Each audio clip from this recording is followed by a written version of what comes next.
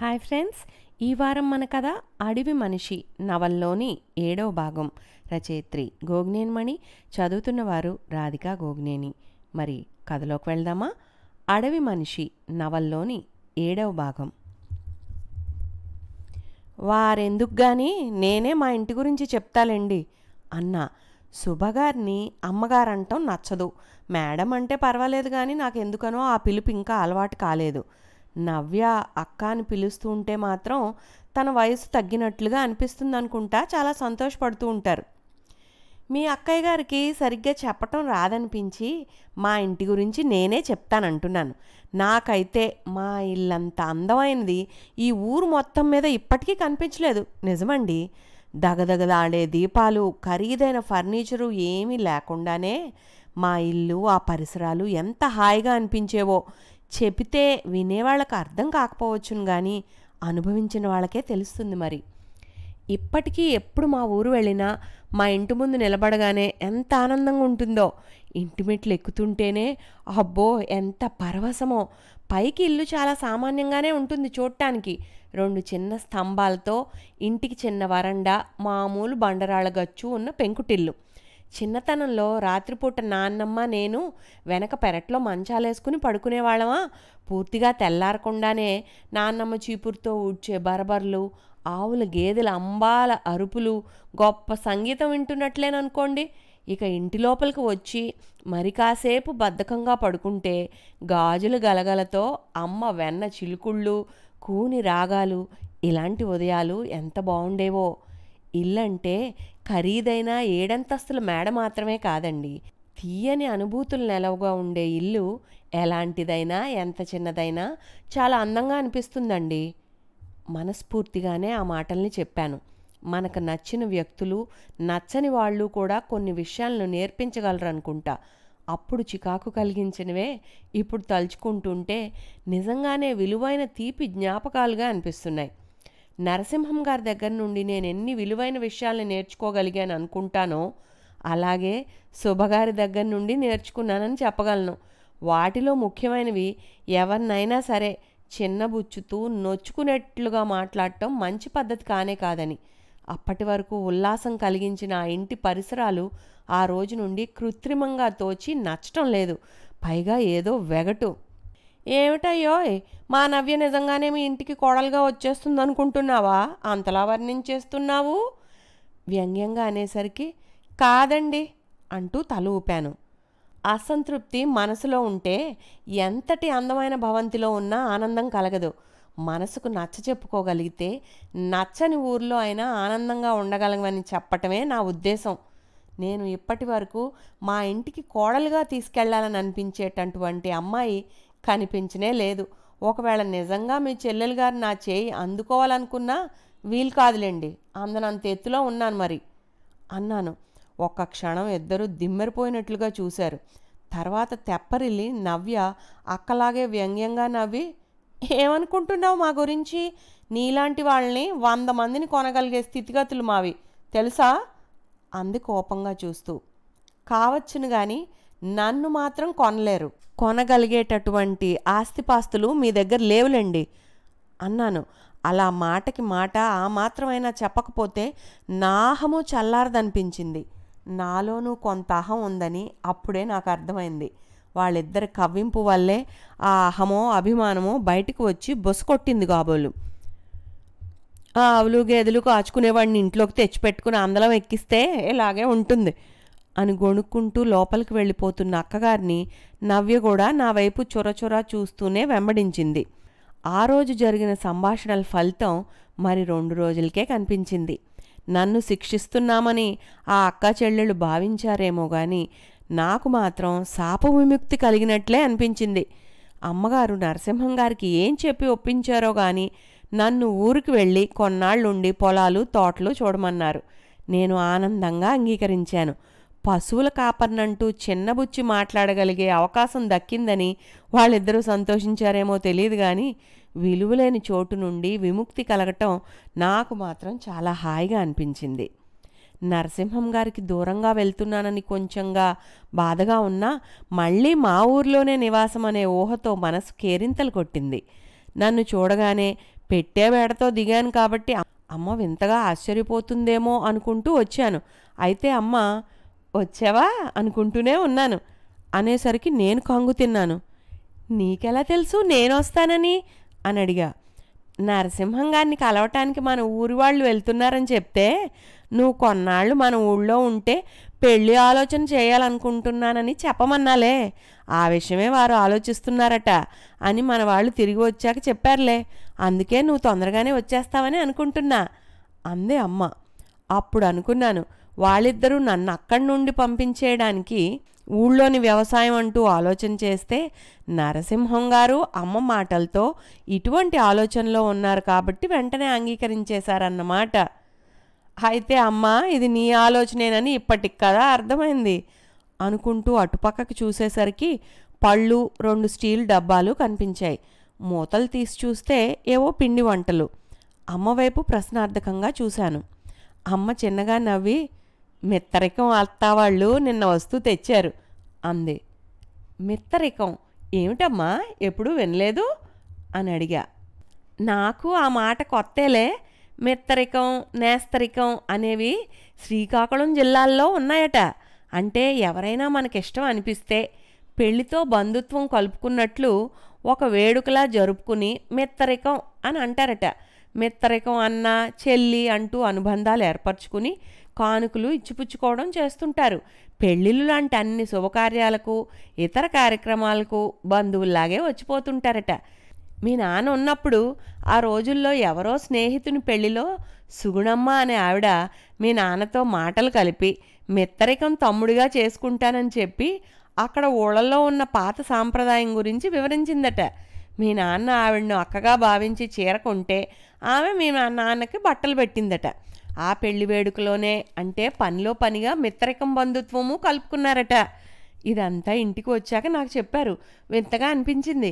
అటువంటి ఆచారం ఒకటి ఉన్నదనే ఈ ప్రాంతం వాళ్ళకి తెలియదు మరి. ఆ సంవత్సరమే వాళ్ళు దుబాయ్ వెళ్ళిపోయారట. ఏ 3-4 ఏళ్లకోసారి వాళ్ళ ఊరికి వచ్చినా ఇటు రాలేకపోయామని అంది. ఈ మధ్య ఇక మన దేశంలోనే స్థిరపడిపోదామని వచ్చేశారట. సుగుణమ్మ చెల్లెలు ఈ ఊళ్ళో 4 ఎకరాల జామ తోట అమ్మకానికి ఉందని ఎవరో చెప్తే నిన్న ఆ తోటను చూసుకుని బేరం కుదుర్చుకోవాలని మన ఊరు వచ్చారన్నమాట. చెల్లెలతో పాటు సుగుణమ్మ కూడా ఎప్పుడో ఏర్పరచుకున్న మిత్రకం బంధుత్వాన్ని గుర్తు చేసుకుని మన ఇంటికి వచ్చింది. మీ నాన్న చనిపోయాడనే వార్త ఈ మధ్యనే తెలిసిందట. నిన్న ఎంతలా వలవలా ఏడ్చిందో జ్ఞాపకం చేసుకుంటూ ఏం చేయగలమంటూ నేనే ఓదార్చాల్సి వచ్చింది చివరకు. ఇంతకీ అసలు సంగతి ఏమిటంటే సుగుణమ్మ చెల్లెల కూతురు డిగ్రీ పూర్తి చేసింది. పెళ్లి చేయాలనే ఆలోచనలో ఉన్నట్టున్నారు. ఈ ఊళ్ళో వాళ్ళెవరో నీ గురించి గొప్పగా చెప్పారేమో. నన్ను వివరాలన్నీ అడిగారు. వాళ్లకున్న ఆస్తి వివరాలు అమ్మాయికి ఇవ్వదలుచుకున్నవి వివరంగా చెప్పారులే. దాన్ని బట్టి నేను ఊహించాను కుదిరితే మనతో సంబంధం కలుపుకోవాలనే ఆలోచనలో ఉన్నారని. కొన్నాళ్ళు నువ్వు ఇక్కడే ఉంటే వేరే సంబంధాలైనా చూసుకుంటే బాగుంటుంది అనిపించింది. ఇది తెలిసి వీరేంద్ర వాళ్ళు కూడా వాళ్ళ ఇంటికి వెళ్ళిపోతామంటున్నారు. నువ్వు వచ్చాక చూద్దామని అన్నాను అంటూ అమ్మ ఇంకో మాట కూడా చెప్పింది. వాళ్ళు తోట గురించి మాట్లాడుకోవడానికి వస్తామని అన్నారు. అంటే నువ్వు ఈరోజు వస్తావని అనుకుంటున్నానని వాళ్ళకి చెప్పాలే. నీ ఉద్దేశం ప్రకారం అయితే వాళ్ళు ఈరోజు నిన్ను చూసుకుని అప్పుడు సంబంధం గురించి మాట్లాడతారని. అప్పుడు అమ్మతో శుభగారితో వాళ్ళ చెల్లెలు నవ్యతో జరిగిన సంభాషణ అంతా క్లుప్తంగా చెప్పుకుపోయా. అమ్మ నా వైపు విస్మయంగా చూసింది. నిన్ను కొనగల తాహత లేదన్నట్లు అంత ధీమాగా ఎలా మాట్లాడగలిగావురా? ఈరోజు వీళ్ళు వచ్చినప్పుడు అలా తలతెక్కగా మాట్లాడకు అంటూ హెచ్చరించింది. తర్వాత తనలో తాను అనుకుంటున్నట్లుగా ఆ ఆస్తిపాస్తుల సంగతి ఏముంది కానీ అమ్మాయి ఎలా ఉంటుందో మనలో కలిసిపోయే స్వభావమో కాదో అది కదా ముఖ్యం మెల్లగా అనుకుంది. వాళ్ళు వచ్చినప్పుడు ఆ అమ్మాయిని వెంటబెట్టుకుని వచ్చుంటే ఈ విషయాలు నీకు తెలిసిపోయేవిగా అనగానే అమ్మ తోట కొనటానికే చూసుకోవడం బేరం కుదుర్చుకోవడం అంటూ ఇన్నిసార్లు తిరగాల్సి వస్తోంది. అలాంటిది పెళ్ళంటే మాటలా ఎన్నిసార్లు కలవాలో ఎన్నెన్ని విషయాలు మాట్లాడుకోవాలో అంటూ నిట్టూర్చింది. అంటే ఏమిటమ్మా నీ ఉద్దేశం? నా పెళ్లిలోనూ బేరసారాలు ఉంటాయంటున్నావా? నవ్వుతూ నేను అన్నా. ఇద్దరం లోపల గదిలో నుండి ముందు గదిలోకి వచ్చాం. అక్కడ ఎవరో కొత్త అమ్మాయి చివరగా ఉన్న కుర్చీలో కూర్చుని ఉంది. మేము రాగానే చటుక్కుని లేచి నిలబడింది. బిత్తరపోయి చూస్తున్న మాతో వివరం చెప్పింది. మా సుగుడు పెద్దమ్మ, అమ్మ వాళ్ళు వెనక బస్సులో వస్తుంటే నేనే ఇక్కడ కొంచెం పని ఉండి ముందుగా బయలుదేరొచ్చాను. మీ ఇంటికే వస్తామని చెప్పి నా పని చూసుకున్నాక ఆనవాళ్ళు చెప్పి నన్ను ఇక్కడే ఉండమని చెప్పారు. అప్పటికి విషయం అర్థమైంది. అమ్మ కొంచెం కంగారు పడుతూ, "నువ్వు వచ్చి ఎంతసేపు అయిందమ్మా?" అని అడిగింది. "ఇప్పుడేనండి, నేను ఇలా వచ్చి కూర్చున్నాను, మీరు వచ్చారు. మిమ్మల్ని పిలవకపోవటం తప్పైపోయింది" అంది కొంచెం నసుగుతూ. అమ్మ చిరునవ్వుతో జవాబు చెప్పింది. "ఏం పర్వాలేదమ్మా, నిన్ను ఎక్కువసేపు కూర్చోబెట్టేశానేమో అనుకుంటున్నానంతే." అంటే తలుపు తట్టబోతే తెరుచుకుంది. లోపల ఎవరైనా ఉన్నారో లేదోనని సందేహం వచ్చి లోపలికి వచ్చేశాను. మాటలేవో వినిపిస్తూ ఉంటే వస్తారు కదా అని కూర్చున్నానో లేదో మీరు వచ్చేశారు. లోపలికి వచ్చి కూర్చున్నానని తప్పుగా అనుకోకండి. ఆ అమ్మాయి ఆ మాత్రం దానికే అంతగా సంజాయిషి ఇస్తుంటే నాకు కొంచెం ఆశ్చర్యమే అనిపించింది. పరిశీలనగా చూశాను. చూడగానే ఆకట్టుకునే రూపమే. అమ్మ ఆ అమ్మాయి పక్కనే కూర్చుని ఆదరంగా చూస్తూ మాటలు కలుపుతుంటే నేను వరండాలోకి వచ్చేసి కూర్చున్నాను. అంతలోనే బిలబిలమంటూ నలుగురు వచ్చారు. వాళ్ళెవరో ఊహించాను. ఆడవాళ్ళు ఒక్క క్షణం నన్ను పరిశీలించి చూసి లోపలికి వెళ్ళిపోయారు. మగవాళ్ళు మాత్రం నా పక్కనే కూర్చుని ఏవేవో ప్రశ్నలు అడుగుతూ ఉంటే సమాధానాలు చెప్తూ కబుర్లు కొనసాగించాను. ఇంతలో అమ్మ పిలిస్తే లోపలికి వెళ్ళాను. లోపల గదిలోకి వెళ్ళగానే అమ్మ గుసగుసగా, "వాళ్ళకి ఈ సంబంధం బాగా ఇష్టమని చెప్తున్నారు. వాళ్ళ పిల్లలకి చెందే ఆస్తి వివరాలు వెల్లివేస్తూ ఉంటే నేను వినిపించుకోకుండా పిల్లలిద్దరికి ఇష్టమైతే ఇలాంటి వివరాల ప్రసక్తి అనవసరం అని తేల్చేశాను. మరి మీ ఇద్దరూ మాట్లాడుకుని తేల్చి చెప్పండి" అంది. వెంటనే హడావుడిగా మళ్ళీ లోపలికి వెళ్ళిపోయింది. నా అభిప్రాయం ఏం చెప్పాలో ఎలా చెప్పాలో ఒక క్షణం అర్థం కాలేదు. ఇంతలోనే అమ్మ కేక వినిపించింది. "మాధవి అందరికీ కాఫీ కలుపుతానంటోంది. వంటగదిలో ఏవి ఎక్కడున్నాయో చూపించరా" అంది. మాధవి, ఆ అమ్మాయి పేరు అదే కాబోలు. అప్పుడు అర్థమైంది. అమ్మో లేక వాళ్ళో గాని మేం మాట్లాడుకోవటానికి ఇలాంటి ఏర్పాటు చేశారేమో అనుకున్నాను.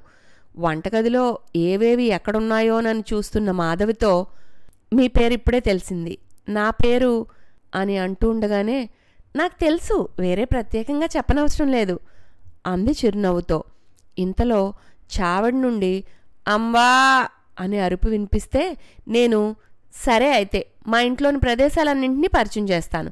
కాఫీ కలిపే ముందు పాలు ఎక్కడి నుండి వస్తాయో అక్కడికి తీసుకెళ్తాను రండి" అంటూ పెరటివైపు అడుగులు వేశాను.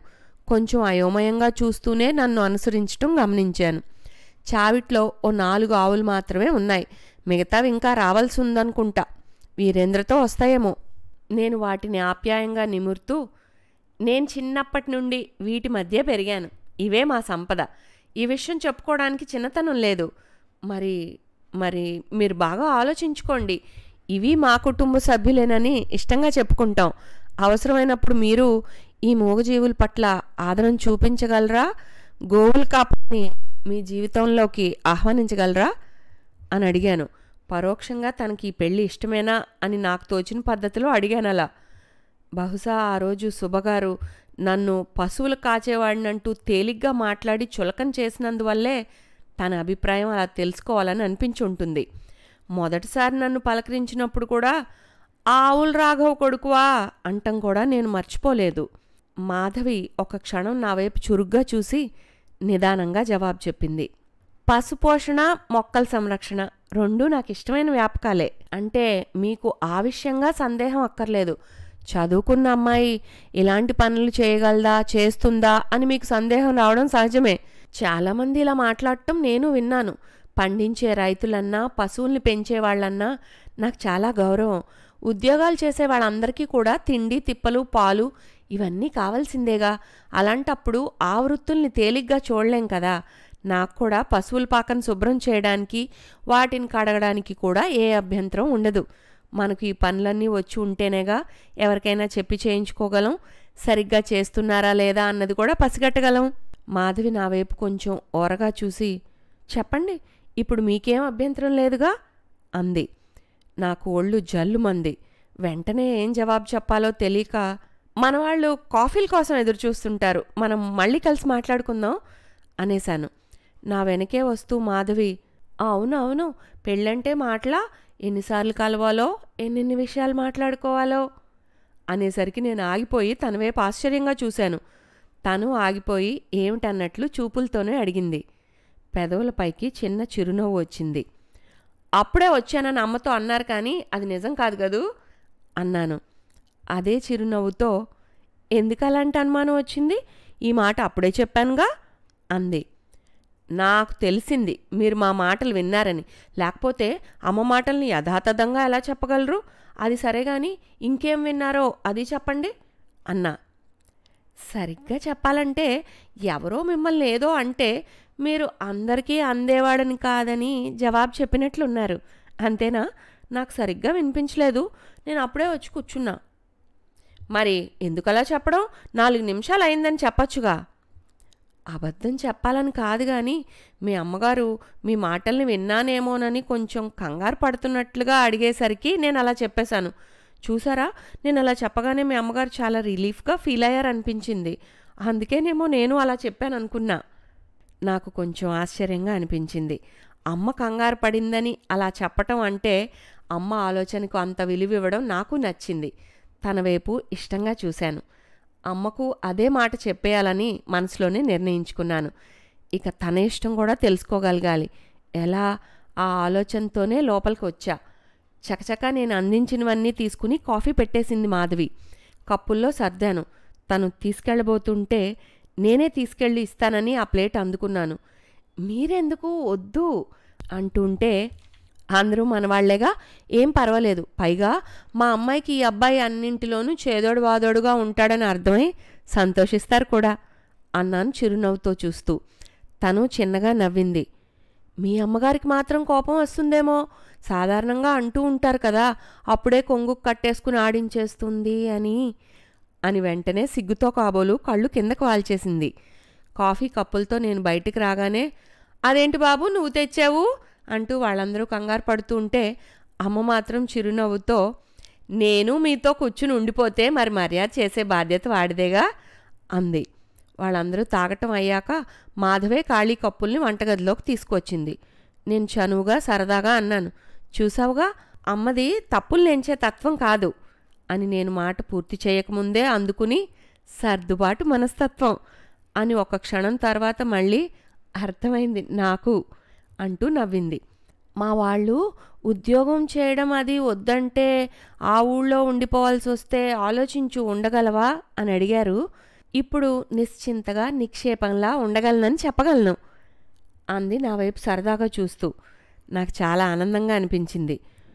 మొదట్లో బాగానే ఉండొచ్చు, తర్వాత ఏమో ఎలా ఉంటుందో చెప్పలేంగా. ఏమైనా మీ వాళ్ళు అన్నట్లుగా బాగా ఆలోచించే నిర్ణయించుకోవాల్సిన విషయం ఇది. తొందరపాటు మంచిది కాదనిపిస్తోంది అన్నాను తన వైపు పరీక్షగా చూస్తూ. సరే అయితే మీరు బాగా ఆలోచించుకునే మీ నిర్ణయం చెప్పండి, పర్వాలేదు. నేను మాత్రం మా వాళ్ళకి ముందే చెప్పేశాను. ఉద్యోగం చేయటం మానటం లాంటి విషయాలన్నీ ఎప్పటి పరిస్థితులను బట్టి అప్పుడు ఆలోచించుకోవచ్చునని. నా దృష్టిలో అలాంటి వాటికి అంతగా ప్రాధాన్యం లేదు. సర్దుకుపోయే మనస్తత్వమే నాదీను అంది. నా ఇష్టం అనేదంటూ ప్రత్యేకంగా ఏమీ లేదు.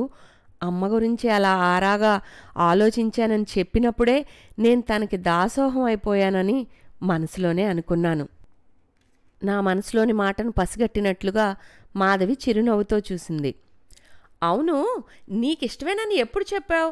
ఇప్పుడేగా మీరు వచ్చారు, చూడకముందే ఎలా? ఉద్యోగం చేయడం లాంటివైతే వివరాలు చెప్పినప్పుడు నీ అభిప్రాయం చెప్పుంటావు. చూసి మాట్లాడాక కదా ఇష్టమో అయిష్టమో చెప్పాల్సింది. నా సందేహం బయటపెట్టాను. నేను వాళ్ళు రాకముందే ఒంటరిగా ఎందుకు వచ్చానని అనుకున్నారు? ఈ ఊళ్ళో నాకున్న పనంటే ఇదే. అంటే ముందుగా ఒంటరిగా వచ్చింది నన్ను, అమ్మను, ఈ ఊరును, మా ఇల్లు వాకిలి వగైరాలన్నీ చూసుకోవడానికన్నమాట. ఇప్పుడు అర్థమైంది. మరి మీ వాళ్ళు రాగానే నీకు ఇష్టమేనని ఎలా ఎప్పుడు చెప్పావు? ఆసక్తిగా అడిగాను. మళ్ళీ చిన్నగా నవ్వింది. మాటల ద్వారానే చెప్పాలా? కంటి చూపు, చిరునవ్వు ఇవి మన మనసులు తెలియచేస్తాయిగా. మీకిష్టమేనని మీరు ప్రత్యేకంగా చెప్పకుండానే నేనెలా గ్రహించగలిగానని అనుకున్నారు? తమాషాగా ప్రశ్నించింది. నేను హాయిగా నవ్వాను. నీకో విషయం తెలుసా? మా నాన్న పెళ్లి జరిగినప్పుడు పెళ్లి చూపుల్లో మా అమ్మ మాట్లాడిన పద్ధతికి విస్తుపోయిన మా ఊరి వాళ్ళు వింతగా ఆ కబుర్లు చాలా రోజులే చెప్పుకున్నారట. ఇప్పటికి మన పద్ధతి కొత్తగా అనిపించి మళ్ళీ మా ఊరి వాళ్ళు చాలా రోజులు ఆశ్చర్యపోతూ మాట్లాడుకుంటారనిపిస్తోంది. మరి పశువుల పాకలో పెళ్లి చూపులు, అమ్మాయే అబ్బాయి ఇంటికి రావటం విచిత్రమేగా. నా మాటలకు మాధవి హాయిగా నవ్వింది. ముందు గదిలో కూర్చున్న వాళ్లతో పాటు నా అంగీకారము మా అమ్మకి తెలిసినట్లుంది. మా పొరుగునే ఉండే బంధువులు నలుగురిని రమ్మని కబురు పెట్టింది. అందరూ కలిసి అన్నీ నిర్ణయించుకున్నారు.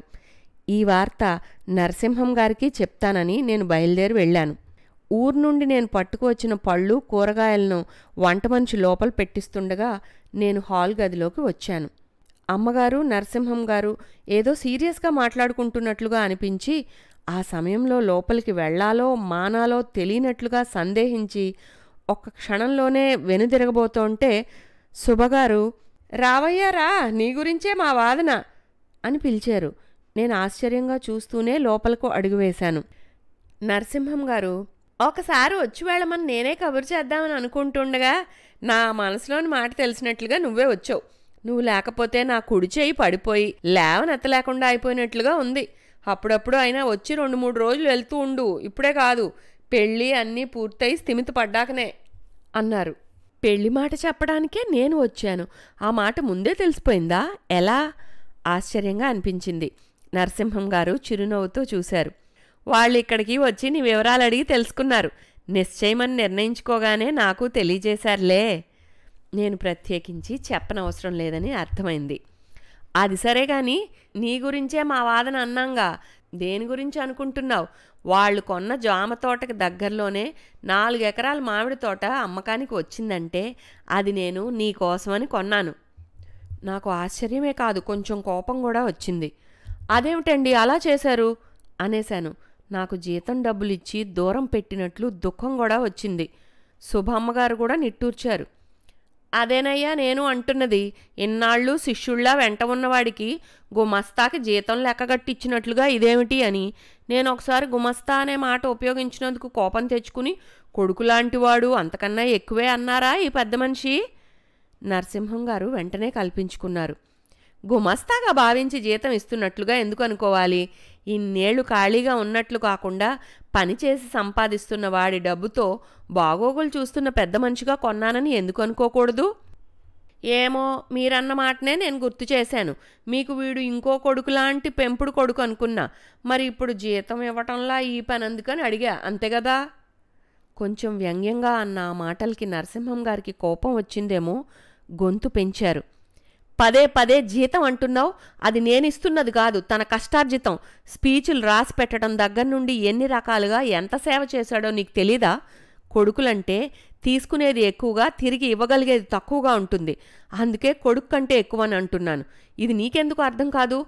మనవాళ్ళు అంటూ నువ్వు చేర్చిన మీ వాళ్ళు మన దగ్గర నుండి జీతాల రూపంలోనే కాకుండా కానుకలనో ఇంకోటనో ఎంతెంత సంపాదించుకుంటున్నారో నీకు మాత్రం తెలీదా? అటువంటి వాదన నా పేరు మీదుగా జరగటం నాకు చాలా బాధను కలిగించింది. సార్, మీరు నాకు కొడుకు లాంటి స్థానం ఇస్తున్నాను అనటమే నాకు గొప్ప కిరీటం లాంటిది. ఇలా తోటలు లాంటి కానుకలేమీ అవసరం లేదు. ఈ మాట అంటున్నందుకు మన్నించండి అన్నా. విన్నావా అన్నట్లుగా కాబోలు నరసింహం గారు ఆమె వైపు చూశారు. ఆమె కూడా వ్యంగ్యంగా చిరునవ్వుతో, అవును, కొడుక్కిచ్చినట్లు ఆస్తిలో వాటా ఇవ్వండి అన్నారు. ఆ మాట నన్ను ఇంకా ఇబ్బంది పెట్టింది. నరసింహం గారితో, కొడుగ్గా భావిస్తే ఆస్తిపాస్తుల్లో కాదండి, బాధ్యతల్లో మాత్రమే భాగం ఇవ్వండి, అదొక గౌరవంగా ఆనందిస్తాను అన్నాను. ఎవరు ఏమనుకున్నా సరే నేను చేయాల్సింది చేశాను. నీ పెళ్లికి నేనిచ్చే కానుక అనుకుంటావో నీ కష్టార్జితమే అనుకుంటావో నీ ఇష్టం. పెద్దవాడుగా నేనిస్తున్నది కాదనే హక్కు మాత్రం నీకు లేదు ఖచ్చితం అన్నట్లుగా చెప్పేశారు. ఆమెకు వ్యతిరేకంగా నరసింహం గారు గర్జించినట్లుగా అలా మాట్లాడటం మొదటిసారి విన్నాను. ఇంతటితో అడవి మనిషి నవల్లోని 7వ భాగం సమాప్తం. వచ్చే వారం 8వ భాగంతో కలుద్దాం.